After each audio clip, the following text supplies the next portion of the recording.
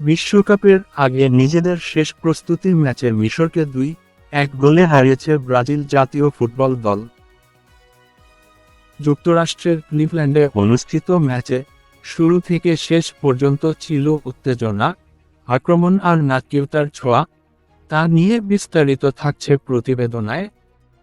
ম্যাচের মাত্র 7 মিনিটেই এগিয়ে যায় ব্রাজিল। মাঝমাঠের প্রাণভোমরা ব্রুনো গিমারায়েজ প্রতিপক্ষের ডি-বক্সের সুযোগ পেয়ে জোরালো শটে বল জালে পাঠান। দ্রুত গোল পেয়ে ম্যাচের নিয়ন্ত্রণ নিজেদের হাতে নেয় সেলেসাওরা। তবে ব্রাজিলের আনন্দ বেশিক্ষণ স্থায়ী হয়নি।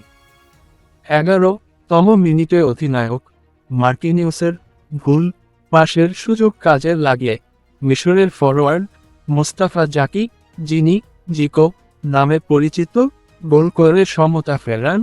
প্রথমার্ধে আর কোনো গোল না হওয়ায় 1-1 সমতায় বিরতিতে যায় দুই দল।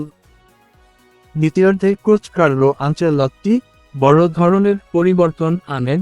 45 মিনিটে তিনি ফরোয়ার্ড ইগোর থিয়াগোর পরিবর্তে তরুণ স্ট্রাইকার এনরিকে মাঠে নামান। একই সময়ে ভিনিসিয়াস জুনিয়রের বদলে নামানো হয় মাতেউস কুনিয়াকে, আর এই বদলই ম্যাচের মোড় ঘুরিয়ে দেয়। ম্যাচের 52 মিনিটে রাফিনিয়ার দারুণ পাস থেকে বাম পায়ের প্রথম স্পর্শেই দুর্দান্ত গোল করেন এনরিক। বদলি হিসেবে নেমে মাত্র কয়েক মিনিটের মধ্যেই জয়ের নায়ক হয়ে যান রিয়াল মাদ্রিদের এই তরুণ তারকা। এরপর দ্বিতীয়ার্ধে মিশরের হয়ে মাঠে নামেন মোহামেদ সালাহ, কিন্তু ব্রাজিলের রক্ষণভাগ ভাঙতে পারেননি তিনি। শেষ পর্যন্ত 2-1 গোলের জয় নিয়েই মাঠ ছাড়ে ব্রাজিল।